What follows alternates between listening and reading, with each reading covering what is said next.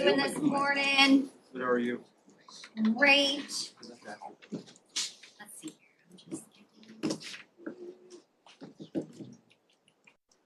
Another lovely spring day. Allergies are in full blast. Okay. First off, Nice, if you didn't tell us you beat Alabama in the championship match, so I think Alabama. I had to look that up. So I was a little. What? Go ahead. They're the worst. Yes. Well, yeah, and now we have the W to prove that. So, anyhow, congrats on that again. I had to read about that. I was very excited. And I did want to follow up on one other thing. We were talking about, about the NCAA tournament too, and I talked about the importance of acronyms, the NIT, the Lice Association, not a good thing. And I wanted to bring up something else. And I should have mentioned this the other day too. There's a lot of research that looks at branding, which might include acronyms and things of that sort. But I also wanted to put this in a finance perspective because I know some of you have more of a finance background or interest in finance. And so there's even research suggesting the importance of fluency and associations with stock ticker symbols. So as you can see here, if you can read, maybe not, it might be really small, but what it shows, evidence suggests that when you have a more easy to read stock ticker symbol, those company names tend to outperform right after an IPO compared to the stock ticker symbols that are more complex or difficult to pronounce. And why this occurs? Well, there's a couple of reasons, but they ultimately suggest that, we as consumers like things that are familiar to us. We've talked about this in this class. And so when we can easily pronounce something such as a stock ticker, it seems familiar, it's memorable, it's easily processed. We talked about processing fluency, how, if we can make sense of what is shown to us, we oftentimes react more positively. If you remember back to our discussion on gratitude advertising, how I said those thank you ads were more congruent, could be processed more easily. It made sense for a sincere brand, not necessarily so for an exciting brand to be saying thank you. And so processing fluency, that sort of, and you can think of it as, that positive association. The association makes sense for a brand and this, right? So when it's easy to process, you see those more favorable effects. And so ultimately, I wanted to show you here that, again, this is that stock tickers are even relevant to the study of branding and thinking about the associations of those little ticker symbols. So anyhow, it's here it says memory impact. Clever, memorable tickers help companies stand out, which is why companies increasingly choose symbols that are easy to say and to remember. And so a lot of different explanations and things put forth here, but ultimately, this effect, transcends in many different areas of our world. Now, one other thing let's jump into it. We are going to talk about persuasion and attitudes today. So when we talk about persuasion,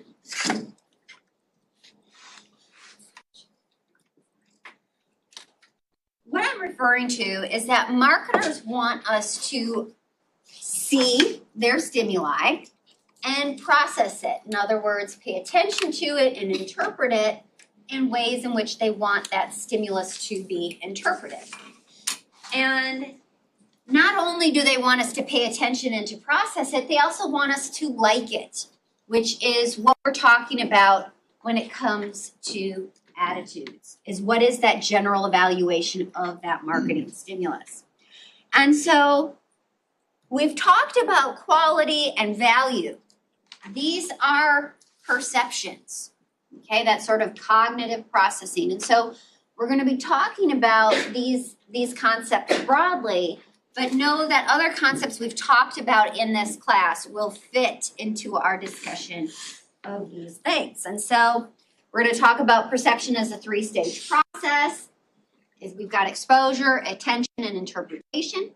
So we're taking the stimuli in our environment and providing meaning to those stimuli. We're going to talk about personal and external factors that affect the perceptual process. When we interpret things, we put our own spin on it. In other words, we interpret the world in light of things we already know. We're also going to talk about basic persuasion principles in trying to change consumer behavior and consumer attitudes. And we're going to talk about this both from an advertising perspective, so why marketers want us to like their ads, but then we're also going to talk about some persuasion tactics that might be used maybe in advertising, maybe in face-to-face communications as well. So we're going to be talking about all sorts of things that span perception and liking. And so to kick us off today with this, I want you to look, oh shoot, okay, there we go. I want you to look at this painting for a minute. What's going on in this painting? Floating bed. Okay, has any of you seen this before? No? Okay, so he says floating bed. Take a minute to think about what is this painting about?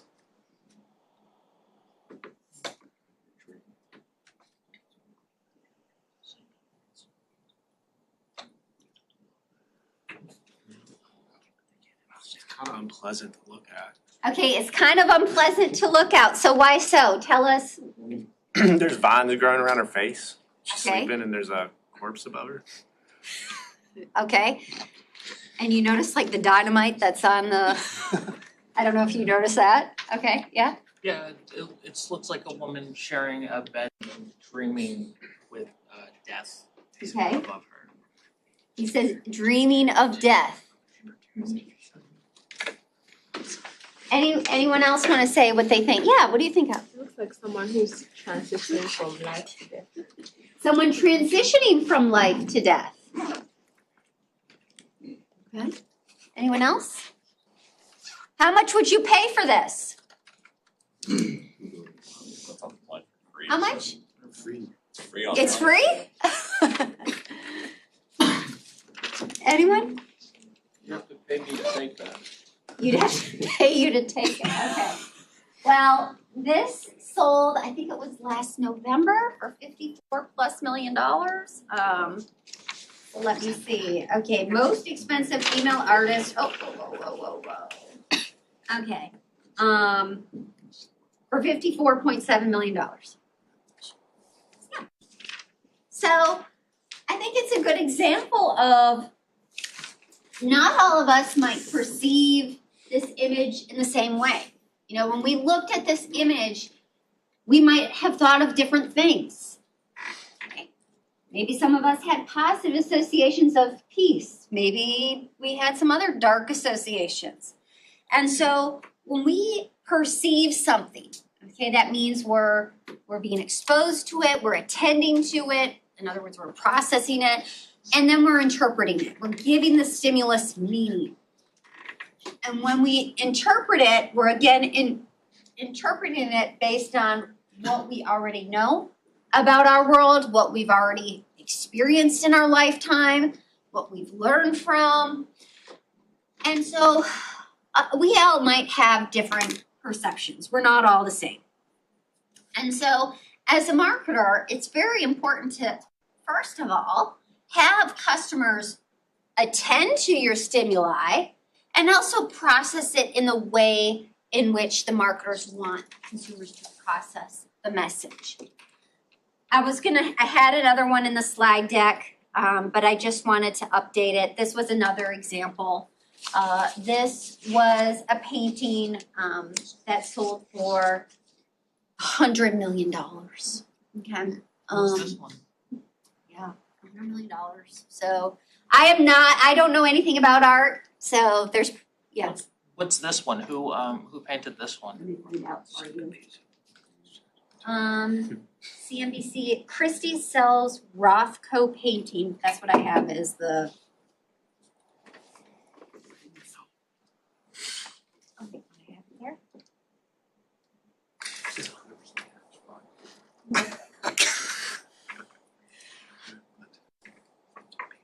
I'm guessing the artist is. The painting was Mark Rothko's. Violet, green, and red, painted in 1951. Oh, they got it at a deal because it sold for 140 million euros in 2014. It doesn't say, it just says painting more than a million. But anyhow,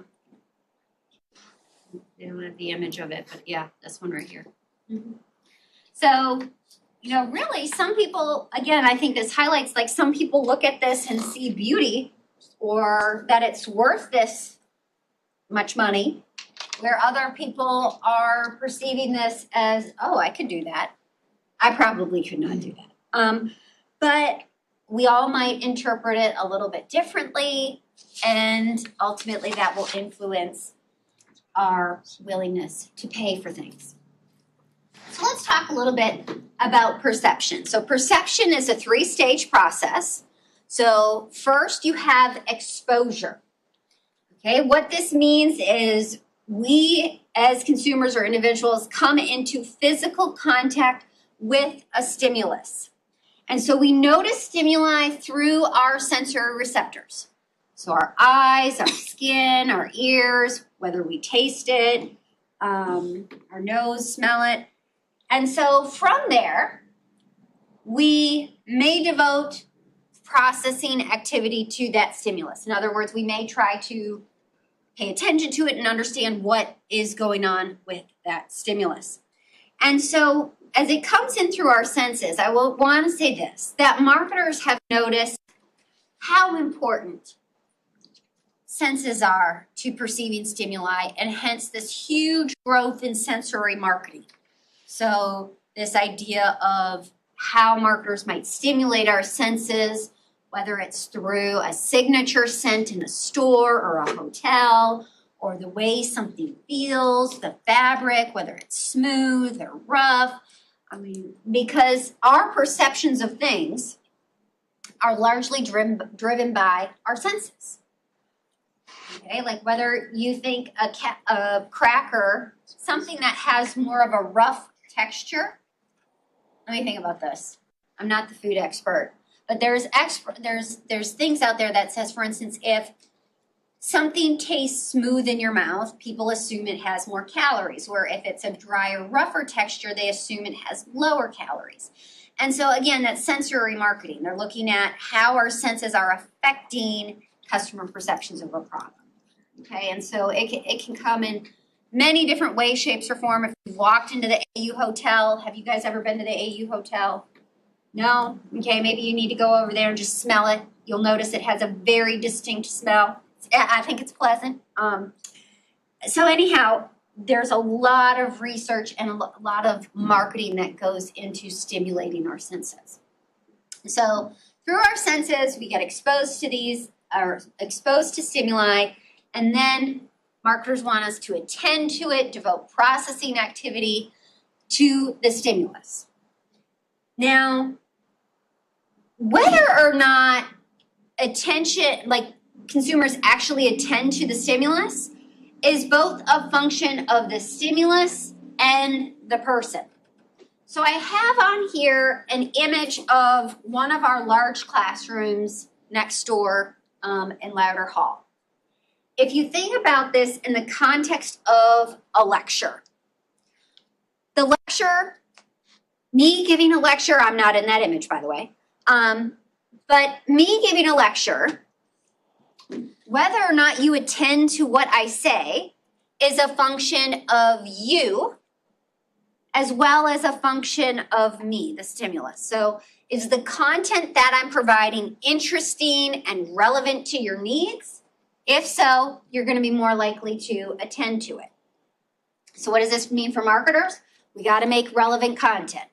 right? We need to make content that is engaging and relevant to consumers' needs, or elicits a need that's relevant to them. Now, from the person side, how does your side of the equation fall into play here?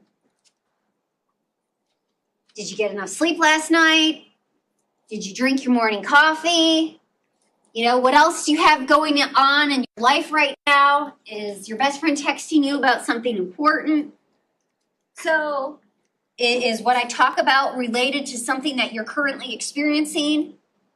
So you can see that on your side, the person, there also are reasons why an individual, like at the individual level, there are individual factors that affect whether or not someone is likely to attend to a given message. And so ultimately, marketers, we can control the content.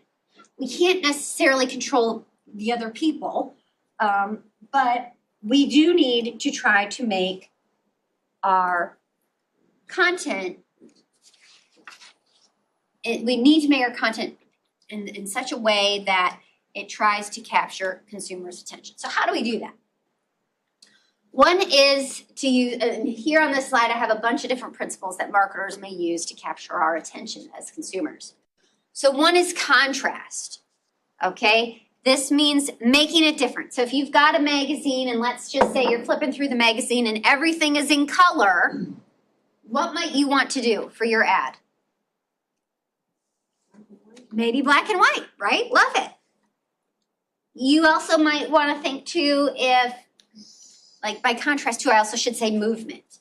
So if you've got like scrolling billboards or something that shows movement or flashing lights or even arrows that point to things can direct consumers' attention. Size. We tend to process the things that are larger. So I think we talked about this when processing an advertisement before. We generally are drawn to the picture because the picture of the person or the brand or whatever is on the ad is usually the biggest. Okay, color. Color oftentimes has meaning. And so depending on how we want consumers to interpret our branding or our message, we may want to use a certain color or colors. Position. I'm going to scroll over to this over here. Okay, position of an ad within a given medium plays a big role. So for online ads, usually that top left corner is where people read. Also in magazine ads, people tend to pay attention to ads on the right-hand side more than the left side. They also pay attention to ads that are near the table of contents or the front, also the back cover. And ultimately, they tend to pay attention to ads near the content that they're reading. Okay, so where in a magazine can matter. What about when you're watching TV and let's just say you're not streaming and you're actually seeing commercials during a commercial break? When are you most likely to be exposed to an ad and pay attention to it during a normal commercial break?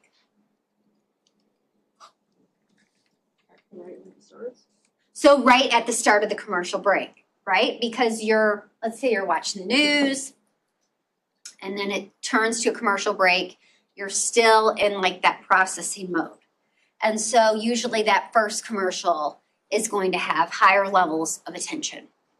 Okay? Shelf placement, product distribution. So the more you get your product out there on store shelves, so that way exposure can be increased. Shelf placement, things at eye level, and also advertising in unusual places. So where you don't expect to see advertising. Like I've noticed there's advertising now in some of our bathrooms on campus. And so that sort of sense of surprise, that novelty, anything that's new can catch attention, like people dancing when they do their taxes. I don't equate dancing with doing taxes, yes. Would you consider advertising in unusual places? So like you said, there's bathroom advertising here at the school. Would you consider that unusual because it's in the bathroom or just because it's in the bathroom at schools? Cause I think of how much advertising, for example, are in bar bathrooms, whether it's Oh, yeah. DUI lawyers or whatever. There's a lot of advertising. I've seen a lot of DUI lawyer advertising Yes, in bathrooms. great point. No, context matters. Context certainly matters. And so, in this case, and I should clarify, it's more like it must be students advertising, like, I need a roommate, call this number, or, just kind of stuff like that. It wasn't necessarily paid for advertising in the Auburn bathrooms, or I haven't seen that yet, maybe it exists. But yeah, context matters, because in some contexts, you would expect certain things to happen. Going back to when we talked about services and the service process, like when you walk into, I think I gave the example of when you walk into a dentist's office, you don't expect to see the dentist first, you expect to see the hygienist first, right? And so if you expect it within that context, it's probably not surprising. But when you don't expect it in a given context, that's when it becomes surprising. And so any sort of novelty and surprise, that's why I said, like, I don't equate dancing with taxes. So there was, I think it was a TurboTax ad that showed dancing with taxes. It captured my attention because I'm like, what in the world's going on? But anyhow, so make it surprising. Personal relevance, like we said, if we feel like our needs are elicited, we're gonna be more likely to pay attention to it. And that is such a thing called perceptual vigilance, where you have a certain need activated, like maybe you're hungry right now. You might pay more attention to billboards or advertising that demonstrates, hey, there's a restaurant down the road. This is very common if you, let's say you drive home from here. I don't know where home is to you, but let's just say it's not in Auburn. And you have to take an interstate or a country road, and you've driven it 1,000 times, and one day you see a billboard for, I was gonna say Raising Cane's, but they don't have Raising Cane's around here. Let's say you see a billboard for Chick-fil-A, and you think to yourself, oh, I've never knew there was a Chick-fil-A there, at that exit. If you were hungry, you're probably more likely to be exposed and process that billboard than had you drove past that a zillion times and not been hungry before, So your need state can really drive whether or not you're paying attention to stimuli. If it's pleasant to process, like a pretty picture or a pretty image of someone, attractiveness matters. Our brain tends to process attractive faces better, okay, and more efficiently. If it's easy to imagine, like if I said to you right now, can you imagine winning $100 million? Can you imagine that? And what you would do with that? Or even just $1 million, Like if you can easily imagine what the marketer is suggesting or saying, it's more easily to resonate with you and you are to connect with the message. Also, limited number of competing stimuli. Like I said, a billboard and out of nowhere in the country by itself, you're going to be more likely to process that. So again, kind of getting back to the advertising in maybe unusual places, not expecting it, that sort of thing can be really helpful to drawing or capturing consumers' attention, because as we've talked about, we as consumers are really good at filtering out messages. And we know when we're being advertised to, and oftentimes that little alarm inside our brain goes off and then we just ignore the marketing message. And marketers have to work to get past that, okay? And so that these are some of these tactics that marketers might use. Now, lastly, the last stage in the perceptual process is interpretation. So what does this mean? This just means that we need to provide meaning to what we are processing. And we provide meaning based on a certain schema or set of beliefs that become activated in our brain. So in this case here, tell me about Domenico's Market. What is it? It's expensive. It's expensive. Why? it looks like they're attempting to use like fonts and like a visual style similar to like French or Okay. Italian kind of things, which usually are trying to denote a specific kind of elevated quality. Okay. What else? What else can you all tell me about Domenico's? It's gonna be fancy. Okay, so fancy. So what is it? Like it's a furniture, like You think furniture? a, Okay. Anyone else think something else? steak, fragrance. Someone says steak, what? Italian food. Italian, and I think you said French too, maybe? So some might think it's a restaurant, some think it's furniture, maybe a grocery store. No? Okay. So again, this gets at this idea of interpretation. How we make sense of stimuli depends on our own personal knowledge, experience. How we interpret the world depends on our own unique knowledge sets.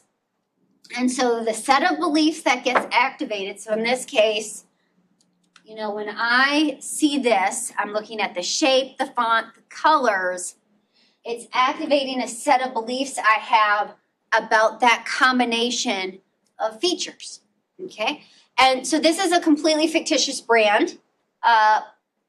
We used it once for some research that we were doing, and I can't remember if it was a high-end grocery store or a high-end restaurant.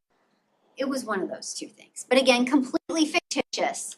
But it was to symbolize high-end, either a grocer or a restaurant. So it's very much like artwork. Okay, like how when we looked at those different art pieces, we might have had different interpretations of the woman with the skeleton above her with dynamite around it. It is a little disturbing. And to give you some more context of why and how powerful schemas are, I want to share with you a study that talked about how there were 2 bottles of beer. Okay? One beer had vinegar in it, the other beer did not. Okay, first of all, do y'all drink beer or no? Some do? Okay. I grew up near Leinenkugels, if you know that brand, so that was like right in my backyard in Wisconsin. And they do sell that down here. Anyhow, so you've got 2 brands or 2 types of beer. One beer has vinegar, the other beer does not. For one group of consumers, they tell them, hey, try these beers and tell me what you think. And they say this beer, brand A, does not have vinegar. Brand B does have a little vinegar in it. Preference for the brand with vinegar was at 30% when told, hey, brand B has vinegar. In another group, they did not tell them which brand had vinegar or that there were any differences in its composition. They gave them brand A and brand B. Brand B was preferred 60% of the time. Notice, that's quite a difference from 30 to 60. So by being told, hey, this has vinegar in it, it shifted their preferences for the beer. And why that's likely to take place or why it happened is because of this interpretation process. We're interpreting what we know, or we're interpreting what we experience in light of what we know. And so most of us probably think of vinegar as what? Not good. Okay, he says not good. I think sour. I think tart. Some people use it as a cleaning product. And so when being told that, it shifted, and it's possible. It just shifted what people thought of the beer and ultimately their preference for it. And I think it's interesting. I don't know that I've ever had beer with vinegar in it. I think I'd be willing to try it. And also what influences, and this is another example too of interpretation, is that certain colors oftentimes stand for certain concepts. So royalty is what color? Purple. Okay, it's not on the slide here. That's why I felt like it was safe to choose that one. But brands can use color to evoke a certain emotion or to convey a certain concept, to capture our attention and ultimately influence our interpretation. And this gets back to our discussion on branding and the strategic choice of color. We need to think about, how does color impact brand perceptions? Like how we talked about black and white right there, signaled that, ooh, this was a fancy place. So I may not agree with all of the brands and the content on this slide, but I felt like it was fairly good. Okay, a fairly accurate representation. So generally here are just some things I'll point out is that usually you see excitement with red, right? Red can capture your attention, and so that makes sense. Trust, usually you see that associated with blue. American Express is blue, by the way. Yeah. So anyhow, yellow and orange tend to be more cheerful, friendly, your happy place. And peaceful, green, you also might think sustainability, things of that sort. So green can convey those sort of thoughts. And then this has neutral, gray as balance, calm. I don't know if I see boring, but again, that's my interpretation, not your interpretation. So again, talking about those individual differences in how we perceive things. In this case, I perceive color a little bit differently when it comes to gray. So anyhow, marketers really need to think cautiously though about the colors they use oftentimes in branding and how that's going to impact consumer perceptions of their brand.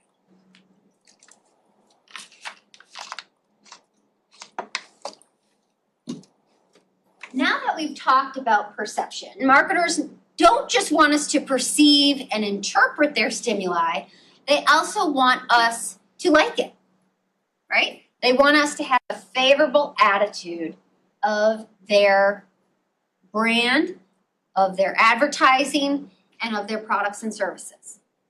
So what is an attitude? So an attitude is a lasting general evaluation, and it can be of anything. So here it says of people, objects, advertisements, or issues. An attitude object is anything towards which one might have an attitude. So when we talk about this in a marketing context, we can say that people might have attitudes of a brand, of an advertisement, of a message, of a person in an advertisement. They also might have not only just brand specific attitudes like how they feel about Starbucks, they also might have more consumption specific attitudes like what is their attitude towards drinking coffee in general, or what is their attitude towards drinking caffeinated products in general. So notice how attitude objects can vary in specificity, right? They can be from very broad, talking about caffeine in general, to very specific, talking about Starbucks blonde roast coffee. Okay. So attitudes, again, can vary in terms of what we're having an attitude towards. But they're important for marketers to understand for two reasons. One, they endure, meaning that they are generally lasting for a period of time. It's not like a mood or an emotional state that's fleeting, right? Like when you meet somebody and they're in a bad mood or a good mood, that's not going to stay that way forever. Or the emotional experience of Starbucks gives you a discount, you're happy, you're surprised, whatever, but that's fleeting. Okay, that's an emotional state.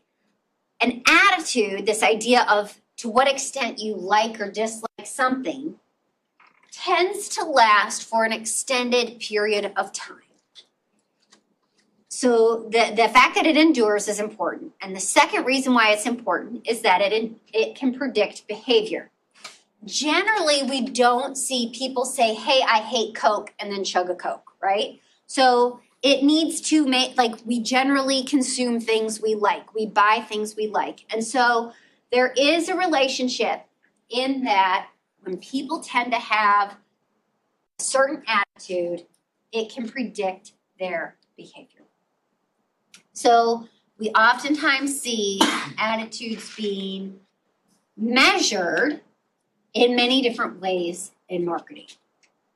Whether we're measuring their reactions to an ad, a stimulus, a person, a product, general product categories, store experience, many different things are oftentimes measured when it comes to attitudes. Now, first, I want to talk about why attitudes are important from an advertising perspective. And then I want to talk about why attitudes are important or shaped using persuasion tactics. So first, let's talk about attitudes within advertising. Marketers want you to like their ads. Why? Because if we look at this here, if you like the ad, you're more likely to like the brand and you're more likely to buy the brand. So developing consumers' favorable ad attitudes is important. So how do we develop those favorable ad attitudes? Well, ad attitudes are shaped by the cognitive and affective responses that consumers have when they see the advertisement. Meaning that when they're exposed to an advertisement, what are they thinking as you as a consumer watch the advertisement? What's going through your mind? What perceptions, and by perceptions, this is where that cognitive response comes into play. What perceptions are being elicited? So it could be things like, oh, this brand is good at XYZ. Or, oh, this brand is linked to this. Or, oh, this brand can do that. So those are all cognitive responses. Or it could be this brand is BS. Like this, oh, this is an ad. Of course they're going to say that Tide is better than a competing brand because this is an advertisement for Tide, you know. So all of those are cognitive responses. So those perceptions. That's why we talked about perceptions first. Then we also have affective responses to an advertisement. So how do you feel about the ad? Of course, marketers want you to have positive feelings about the ad, but we know that that's not always the case. Ultimately, these cognitive responses and these affective or these emotional responses that consumers have to watching an ad drive whether or not consumers like the advertisement. Now, when someone likes the advertisement, what happens, again, so now you're in a positive mood state, or you like it, you oftentimes are more accepting or have more accepting brand beliefs, meaning that you might raise less counter arguments to the ad that you were exposed to. You believe what the brand was saying. Gets back to that whole mood congruency, how positive moods, we oftentimes less scrutinize things. And so marketers can be more convincing when consumers are in a positive mood. So you become more accepting of brand beliefs, and then ultimately because you like the brand and think that the brand can do certain things or stands for certain things, right? That symbolism is important. We talked about branding. So your beliefs about the brand influence your liking of the brand and ultimately your likelihood to buy.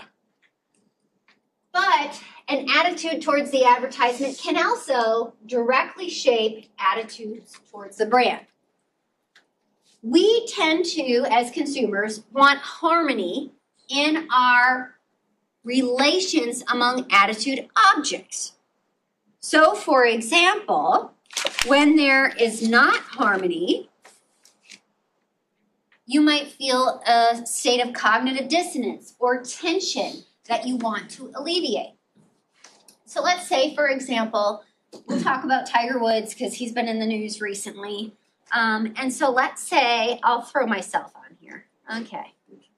So we'll pick Nike. I don't believe he has that association anymore. Or in other words, I think that their partnership terminated. But let's just say this. Okay, so Tiger Woods. I really don't have any association with Tiger Woods, but for this example, I'm gonna just say I have a negative association of Tiger Woods. Okay? But I like Nike. Okay? So I have a positive association with Nike, but not so much with Tiger Woods. Yet Tiger and Nike are connected because let's just say I see an ad and Tiger Woods is in it and he is advertising Nike. Okay. So they've got that positive association. Again, I don't think that partnership exists anymore, but for this example, let's assume Tiger has a partnership with Nike. So positive association between Tiger and Nike, positive association between Nike and me, but negative association between me and Tiger. So when I see that ad and Tiger's in it for Nike, I might think, oh, okay, maybe what happens then? I might want to change my attitude because I want harmony between these two things. My association with Tiger, my association with Nike. What might happen is I might think, okay, see this ad with Nike and Tiger, what in the world? I don't like this. And so then I end up not liking the ad. And now I don't like, notice how I shifted my attitude to be negative because these are now in harmony and I would be less likely to purchase Nike. Now, on the opposite hand, let's say that, again, I see this ad, I like Nike, don't like Tiger Woods. I might see this ad, feel uncomfortable, and then say, you know what?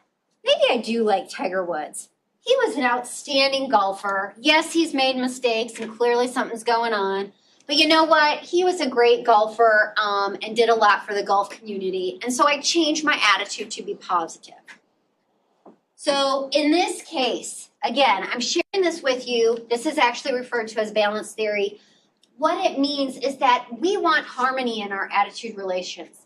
And so from an advertising perspective, it illustrates how if we as marketers can get consumers to like our ad, they're going to likely like our brand and then hence buy our brand. So we want these reactions to be positive so it triggers this sort of chain of effects. Therefore, marketers must do a couple things. One, when we talk about pre-testing our ad before we launch it, we as marketers are going to be looking at what are the cognitive and affective responses that are being elicited in our advertising. What are consumers thinking? What are they feeling? Okay? We want to understand those cognitive responses because if our advertisement is eliciting negative responses, we're going to want to correct that before we actually launch it. And maybe need to make some revisions in our messaging or who we use in the ad or the context, whatever it may be. So we need to determine those responses. We also likely would measure their feelings towards the ad and possibly their feelings towards the brand and their, how much credibility or how much they believe the claims, as well as their likelihood to purchase the particular product and service being advertised. So a lot of these things get pre-tested, but it is very, very important to understand these responses. Again, I say cognitive responses, think perceptions, what we just talked about, because these perceptions are going to likely drive behavior. Okay. When talking about advertising, the source So who says the message? So the who factor, who is saying the message? And the message itself, the content, are very critical. They shape those cognitive and affective responses. Source characteristics, when we're talking about the source itself, two factors that are very important relate to credibility and attractiveness. Credibility can be thought of as simply as how trustworthy and reliable is the source. And I think I told you in here before, about the indices that look at celebrity factors. And Tom Hanks often scores very highly on credibility. Okay, that people believe when he's in an ad, believe what he is saying. Very reputable. Attractiveness isn't just physical attractiveness. Attractiveness is kind of like likability in this case. So when we talk about attractiveness of a source, it can be things like similarity to the recipient, the appearance, the personality, the social status of that person, and of course physical attractiveness as well. Now, people are oftentimes credible and not attractive, or attractive and not credible. Okay, that does happen. So marketers need to make sure that, again, going back to Kevin's point earlier, context matters. So you got to think about, in this particular case, what matters more to your audience? In other words, to your consumers and their need state. Attractiveness or credibility? And research tends to show that depending on a product category, who you use as the source can make a difference. So for utilitarian products, oftentimes you see credibility be very important. So for utilitarian products, again, think of things that are meeting your current need states, like toothpaste. And then you see that it's, a dentist recommended or pediatrician approved, things of that sort. Like for a diaper cream, okay? All those fun baby products. So those things play an important role when you're looking at utilitarian products. Social risk products. This is where oftentimes celebrities do a great job at promoting products that carry social risk. So products that carry risk affecting how you think other people might think of you. So using celebrities, for instance, for jewelry or watches or high-end clothing, even vehicles, right? The products that other people can see you use carry high social risk, and in turn, we tend to see attractiveness matter there. Everyday products. Oftentimes, the best sources to use in everyday products, like life insurance or Cheerios, are people that are just like the end consumer, okay? So people that you as a consumer can relate to. So again, context matters. You got to think about what is the need state of the recipient and the potential rewards of using a given source. Now let's talk a little bit about the message. Okay, the content itself can matter. But when customers are more highly involved, meaning that they're in a given need state, it's a product they're interested in, they're going to likely pay more attention to the message itself. A question often becomes, how often do you repeat the message? Why is repetition a good thing? Why is repeating the message a good thing, folks?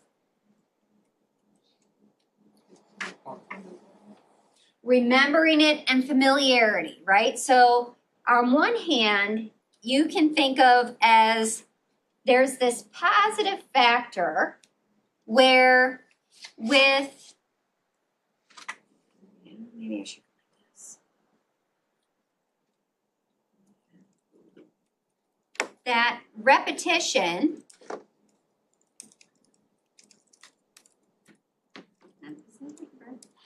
My handwriting's terrible. Spell repetition. Is that how you spell repetition? Looks different up here.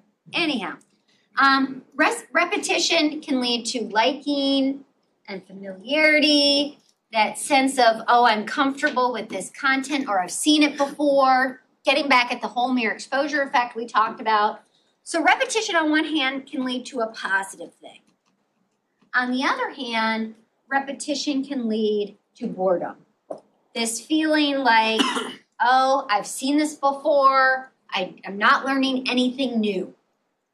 And so there's a net effect that eventually, at some point, the net effect is it's actually going to shift and go negative.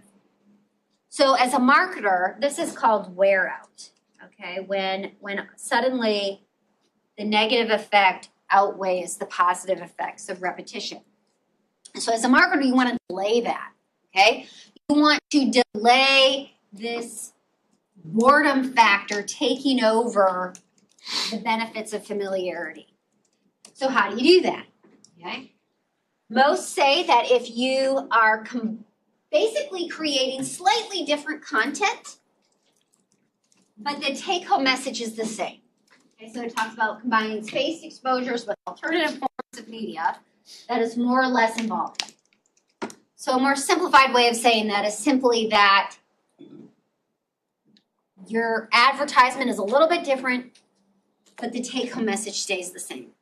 Now I want to show you a couple of ads. I should have launched these before class. And I think these are entertaining ads. Have you guys seen the Mike Costello commercials? No? Okay, they still air here. This is an attorney in Savannah, Georgia. But his commercials sometimes still reach our Auburn market. And we'll watch them and then we'll talk about them. So let's see here. Okay, hold on. You're excited. Okay.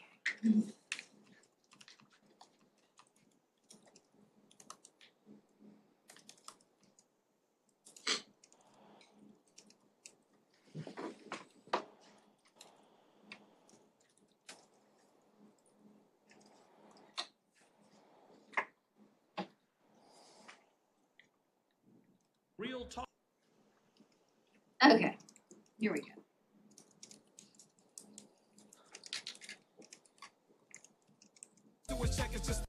Here we go. To turn your wreck into a check is just a waste of his time. You'll be with you to the end of it, you peace of mind. If you got one call to make and you just don't know, call HOSTILO in the hospital bed. Cause you totaled your car, you're laying there with a broken leg and a fractured arm. And you ask around for help and they keep telling you no, call HOSTILO. Mike's the man with the plan, so you have got it made. And he won't get a penny till he gets you paid. Get what's right, call Mike, cause I'm telling you so, Mike. HOSTILO. Okay, so first up, before we move into the other ones, how was he capturing our attention? I think there's some great principles that we talked about being applied there. Catchy music. Okay, so catchy music. Yep. I don't know if you talked about this, but contrast. Yeah. Okay, contrast, novelty, surprise. What else? Movement, right? You saw movement on there. Repetition, just in saying HOSTILO. Okay, yeah. Personal relevance. Okay, personal relevance. Yes, so she like connecting you to being in a wreck or being injured. Love it. Okay, so let's watch some other ones. Oh.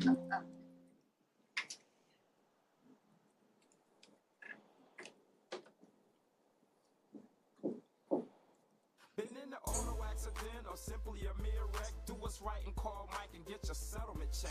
Mike fights for the people, and this is true. And if you can't come to Mike, Mike will come to you. So do yourself a favor and listen to me, but call 748-6453. Do yourself a favor and listen to me, but call 748-6453. Do yourself a favor and listen to me, but call 748-MIK. Okay, so which one did you like better, the first one or the second one? First. First one, I think the first one was a little bit better, but what was similar with this second ad? You call Mike, Call to action. He's gonna fight for you. call to action, okay, and you said fight, is that what you said? Did I hear fight over He's here? gonna fight for you. Oh, he's gonna fight for you, okay, he fights for the people, yep. I think the second one is relevant after you've been exposed to the first one. The, Then the second one is what? one is relevant if you have already been exposed to the first one. Okay, it makes sense if you've seen the first one. And so, and again, it says, do yourself a favor and call Mike. We'll watch one more. Okay. Well, actually, we got two. Around Savannah on a Saturday night, I saw a car driving crazy. I knew something wasn't right. He hit me head on. He was drunk as he ran through the light. And since I gotta get what's right, I called Mike. So if Mike is your attorney, you should have no fear, 'cause he was serving Savannah over 18 years. He'll let you know if you have a case, and he'll be there to help with lost wages and car repair. So do yourself a favor and listen to me, but call 748-6453. Just do yourself a favor and listen to me and call 748-MIKE. Okay, so again, you saw what? Movement, repetition, do yourself a favor. But notice in each of these three, the content's a little different, but also at the same time, the take-home message is the same. Now, I will say that the ads that Mike Costello runs depends on like the channel that you're watching. So here is a more reserved ad, and I can't remember if this was aired during the news, but again, you're gonna put the ad where it's relevant to your target audience. And so channel in this case, time of day too can matter. So here's a more reserved one. Hey, it's Mike Costello. Real talk, folks. I hear your stories every day. Car wrecks, tough times. Life happens. But guess what? You don't have to face it alone. My team and I, we're not just lawyers. We're people who care. So remember, it's not just about the law. It's about someone having your back. Call the Mike Costello Law Firm. Let's have a conversation. Okay, so noticed a little more reserved there. But again, the message is ultimately the same. Is if you're injured, something happens, he's there to help you out. Call Mike Costello. I see some chuckling. What? You like these? No? I mean, it just. Okay, it's okay. We can talk after class.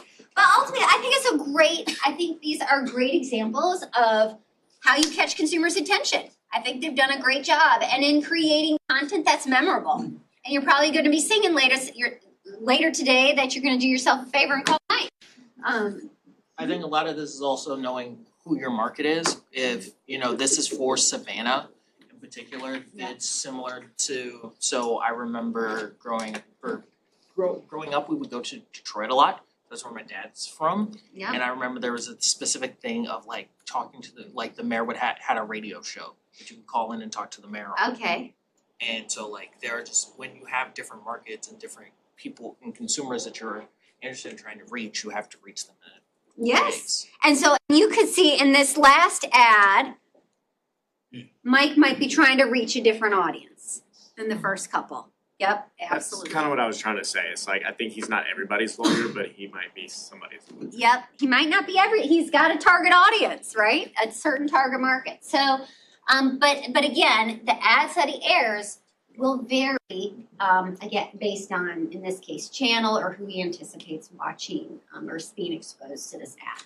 But I think some great examples of how to capture attention in practice. Okay. Oh, yeah, fun stuff there. If you ever want to look up another entertaining ad, you should look up, I think his name was Jamie Casino. I think he was an attorney in Savannah too. He had a 2-minute Super Bowl ad once. Do you guys know what I'm talking about? No? Okay. I felt like that was too long to air during class because I remember it being long. But yeah, it was a Jamie Casino ad. He's also maybe a friend or a competitor of Mike Costello's. So we've talked about attitudes related to advertising. Now let's talk about attitudes as it relates to persuasion principles. Okay, so how marketers might try to get you to have a favorable attitude towards something, which again might happen in advertising or might happen in a personal selling context or a face-to-face context, or even online. We'll talk about online shopping and persuasion principles there too. So persuasion is simply attitude change, right? In this case, marketers might want to take your negative attitude and change it to a positive attitude, getting you to like something or do something. And when we talk about principles, for the majority of the rest of the slide deck, we're going to talk about, some call them influence tactics, some call them situational influence tactics, some call them weapons of influence, and some of you might have read this book for the group. I don't think the face-to-face group, this section I don't think anyone in here is reading this book, but I did want to mention that a lot of what I'm going to talk about draws from this particular book. It's I find this stuff fascinating. And I think at a minimum, not only are you going to learn how marketers might try to influence you, and you can have your little alarm go off that says, ooh, I know this is a persuasion tactic, don't fall for it. Or maybe you can use this in persuading your friends, your family, teammates, whatever it may be. So first principle I want to talk about is the contrast principle.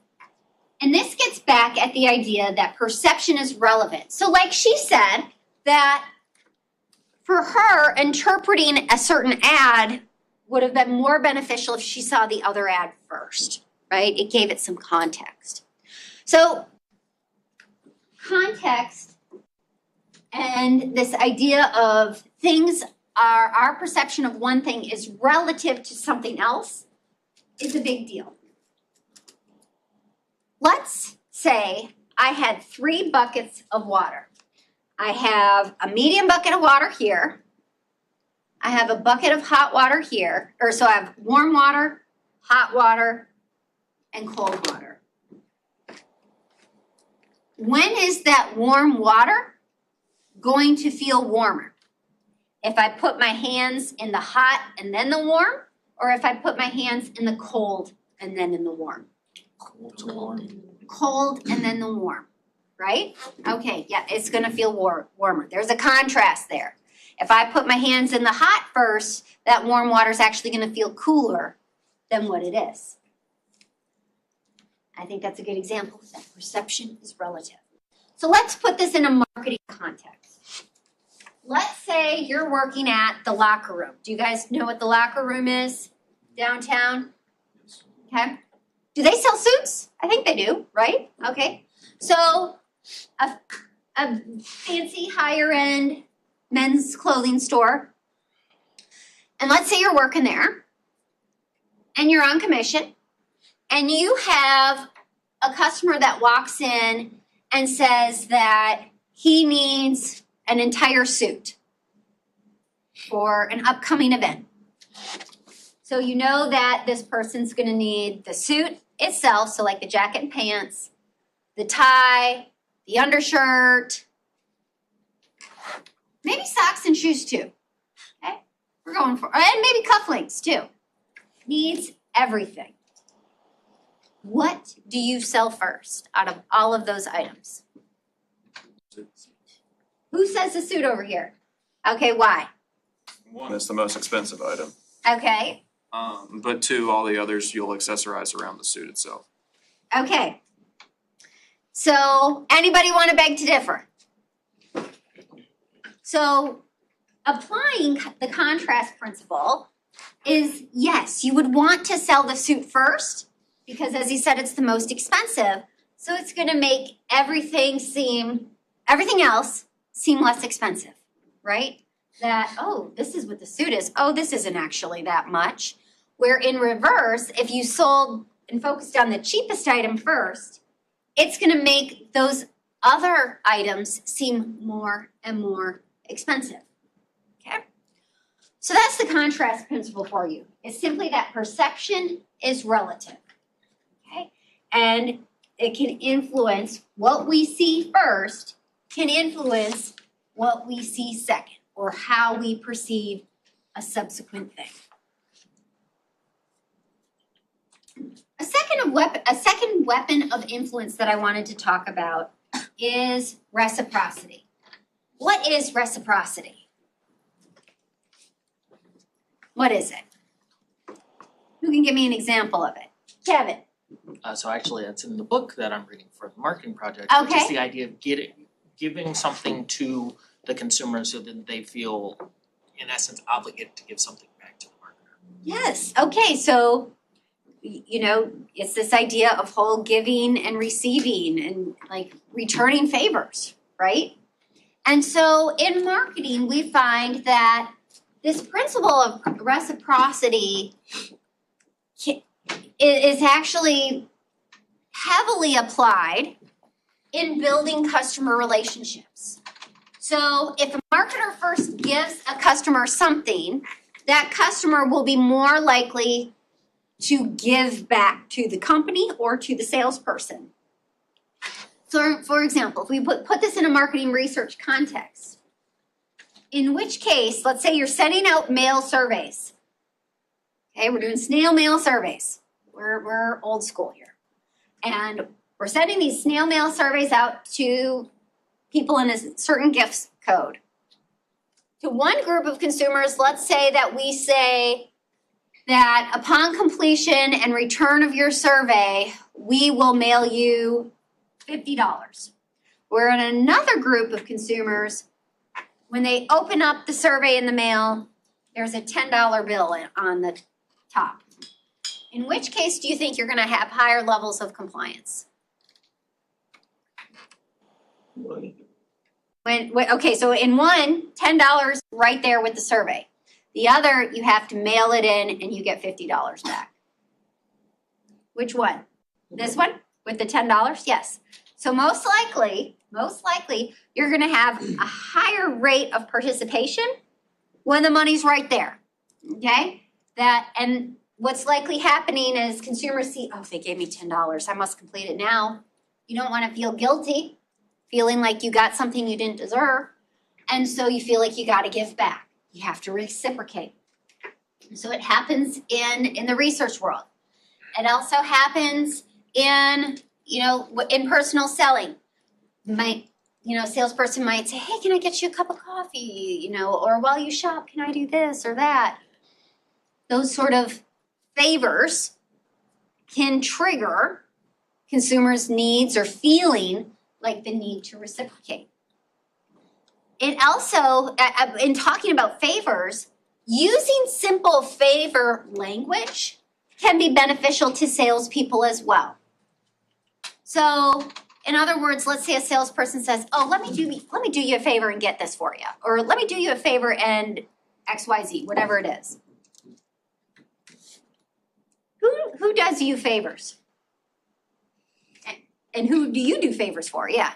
A friend or family. A friend, a family, right? So in some research, they show that using just simple favor language, a salesperson who says, oh, let me do you a favor and whatever, that customer then perceives that salesperson kind of like a friend. Like, oh, this person has good intentions. And so we see that compliance, that customer compliance can change. Okay, so, and again, it's that reciprocity. Oh, he or she's doing this for me, I gotta in turn do this for them. Even sampling within a grocery store, sometimes people feel like, ooh, I got this for free, or he or she gave this to me, I need to reciprocate and buy this. Okay. So giving gifts, okay, marketers giving gifts to customers can trigger that need. It's kind of like how realtors, has anyone ever bought a house and got a gift from a realtor? Yeah, maybe someday. Most likely your realtor will maybe give you a gift after you buy or sell a house. and maybe around Christmas time, they'll give you a gift. They want you to stay top of mind when it comes to buying and selling another home. And so oftentimes, that's a reciprocity tactic that they're using. I also want to say this.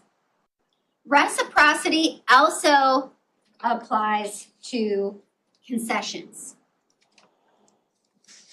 In other words, I'm going to put this in context for you. So it's called a retreat principle. Hold on, let me think. I wrote it down somewhere. A rejection and then retreat technique.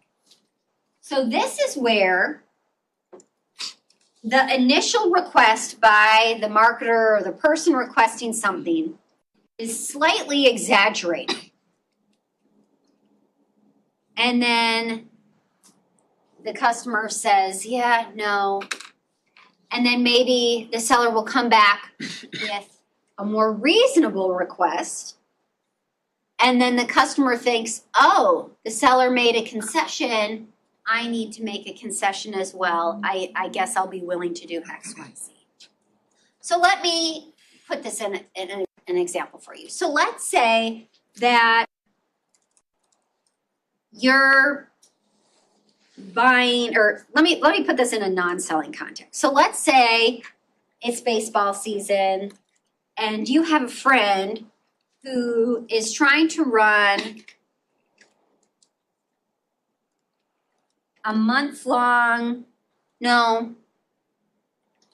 let's say a week-long summer camp for baseball, okay? And it's a summer camp geared towards little kids. And your friend reaches out to you because he knows that you played baseball or softball, whatever it may be, and that you have some skill in that area and you would be a good coach or volunteer for this camp. So your friend calls you up and says, hey, I'm running this week-long summer camp. Can you commit to any chance you can commit to being a volunteer for 7 days of this camp? And your response is, oh, no, sorry, I can't take off of work for those 7 days, but thank you for thinking of me. And then your friend says, oh, yes, I understand that, yeah, you can't take 5 days off of work. Any chance you might be able to just do 1 day, maybe on Saturday or maybe just 1 weekday? So you notice that in this case, your friend made a concession, and now you may be feeling like, oh, I need to do this now, okay? I can help out for 1 day. Because that 1 day, going back to that contrast principle, that 1 day seems like such a smaller commitment compared to the original 7-day ask, that, again, both contrast and this reciprocity principle is driving your compliance or your willingness to commit to volunteering for a day. Okay, does that make sense?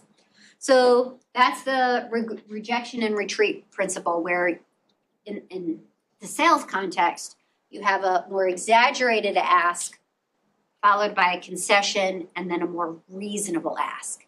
And you tend to get higher levels of compliance. Okay, 12:15, I gotta stop talking. Have a great rest of your day. It looks beautiful outside. I will see you next week.